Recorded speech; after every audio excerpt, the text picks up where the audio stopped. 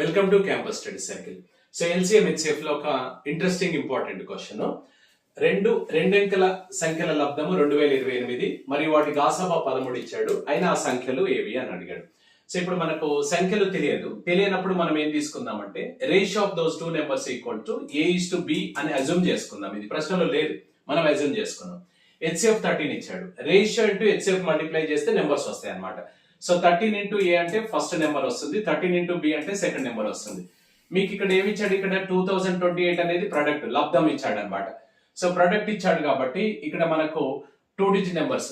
So product of 2 digit numbers కాబట్టి product వచ్చేసి ఎంత చెప్పాడు? 2028 వస్తుంది ఇచ్చాడు అనమాట. ఆయన ఇచ్చాడు, మనం ఏం తీసుకోలేదు.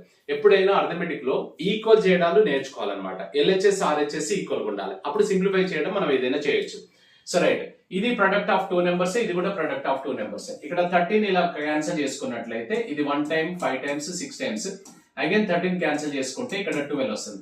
A into B equal to 12 అన్నాడు కదా, A into B equal to 12 వచ్చింది ఫైనల్ గా. దీన్ని మనం నెంబర్ ఆఫ్ పేర్స్ తయారు చేసుకుంటాం ముందుగా. సో ట్రయల్స్ చేస్తాం అనమాట.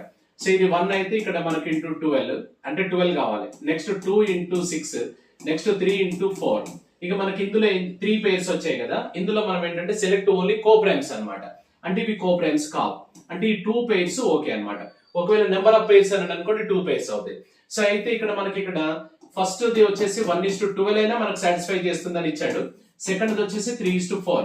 ఇవి ఏబీలు అనమాట. ఏబీలు అంటే రేషియోస్. సో ఫస్ట్ సెట్ ప్రకారం మన నెంబర్స్ ఏమైతే అంటే 1 into HCF 13. So second the 12 into 13 అనమాట, అంటే 156. ఇది ఫస్ట్ సెట్ ప్రకారం.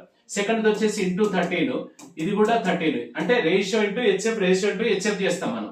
సో 39 అండ్ 52 అనమాట. రైట్, మనకి ఇదైనా రెండు సాటిస్ఫై చేస్తాయి అని చెప్పేసి మనకి ఇచ్చాడు. ఈ రెండిట్లలో ఏదైనా ఒకటి మాత్రమే మనకు ఆన్సర్ ఉంటుంది.